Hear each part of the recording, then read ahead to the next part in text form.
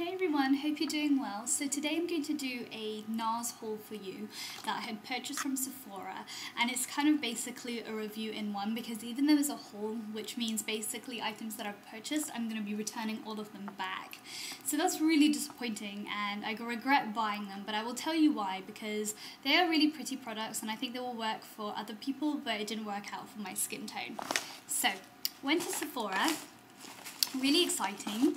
And I had heard about the new cream blush called Enchanted, and I was so excited because it was described as a corally cream blush, and this time it has glitter in it. And ever since I've used Penny Lane, which I thoroughly enjoy, I wanted something a little bit more stronger on its own, and hearing that this was kind of like a coral blush, I was really excited. So I went and swatched it in Sephora, and I didn't like it when I swatched it, but I was in a rush and I thought I can just get it and work with it at home. You know, their cream blushes kind of finish off to a powder, so I really like that, so it's not like greasy looking for people who have oily skin like myself.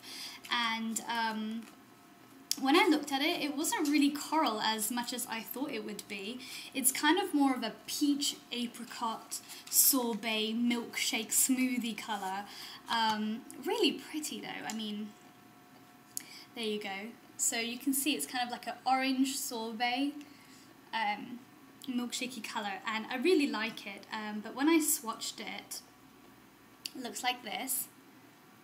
Really nice, but when I put it on my hands, it just kind of was like a very nude colour. It turned into a nude for me on my skin, and it would just then to me thought, well, that doesn't kind of look like a blush, that just kind of looks like a highlight if such.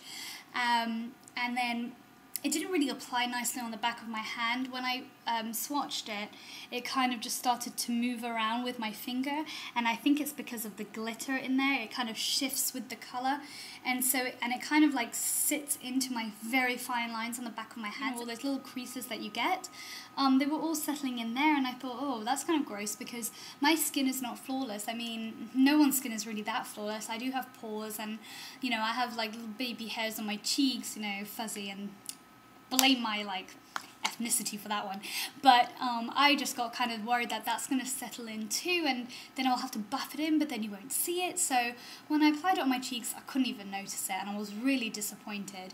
I applied something like a little bit more corally on top of my cheeks, so that would be more of a base, and then it would just amplify the blush, and it did, but then there was just no point because I don't know, there's just no point amplifying that colour blush. I could just use Penny Lane. That can be a kind of a neutral base for any colour really, especially the blushes that I choose. And okay, once you put that blush on, the glitter was still seeping through, and they're really pretty, but it just did not show up on my skin tone. So if you are like kind of my shade, I would not just swatch it at the back of your hand because that's very deceiving. It can look very pretty and it seems like it could work. I would actually get a bit and put it on your cheeks and really see if it's worth the money, because it's expensive and I don't like it, so I'm going to return that. And then I really wanted to buy Turkish Delight, which is a lip gloss, because that is a very famous pink colour, but pinks don't work well for me and my skin tone, maybe my lip colour.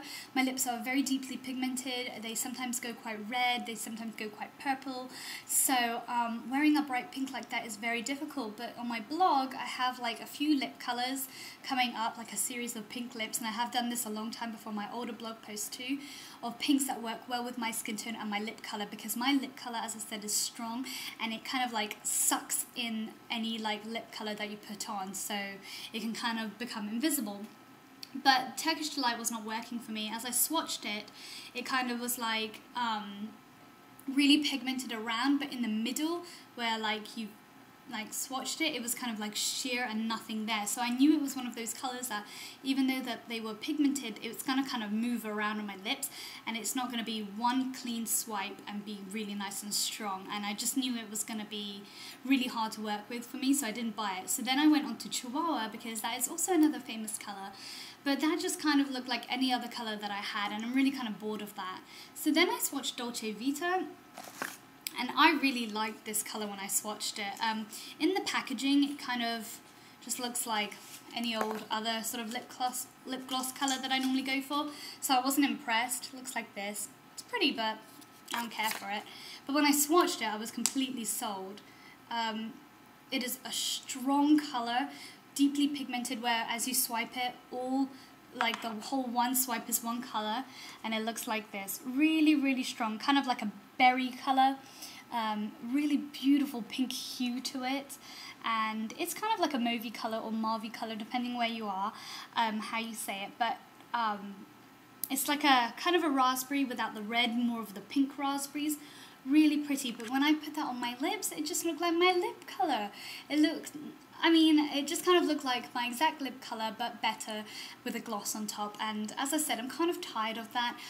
When I'm spending this much money, I kind of just want my lips to look a little bit different, better, but not my lip colour. I want the colour to show truly. I don't want my lips to absorb half of it and make it look like it's too natural. So yeah, this has to go back too. And I'm really upset because I like the colour, but it's just not worth it. I want something completely different. So maybe I just need to go for like a lime green lip gloss and then I'll be happy. And then finally, I caved in and I bought the Fresh Sugar Lip Treatment in Rose, and this has SPF 15. And the reason why I did is because I've been lusting over this for a year now. I just never had the courage to buy it because it's $22.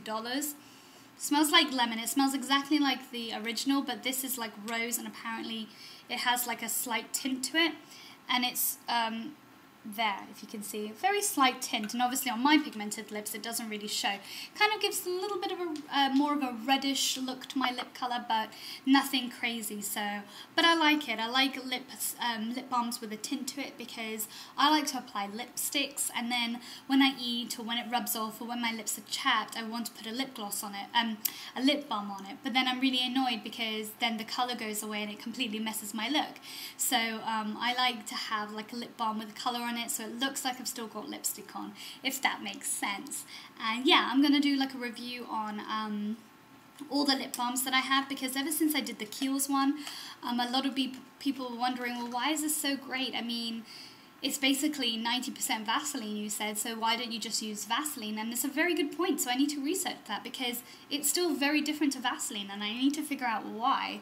And plus there's there's just a few lip balms that I think work really, really well for my chapped lips, and so I want to share that with you, and I want to see if this is as good as people say. I mean, people rave about this, like they rave about Seche V top coat or Shu Uemura eyelash curlers or Kitten by Stila. I mean, it's right up there, so I really hope I hate it because it's really expensive and I don't want to keep fishing out $22 just for this. But so yeah, here's to hating this lip balm.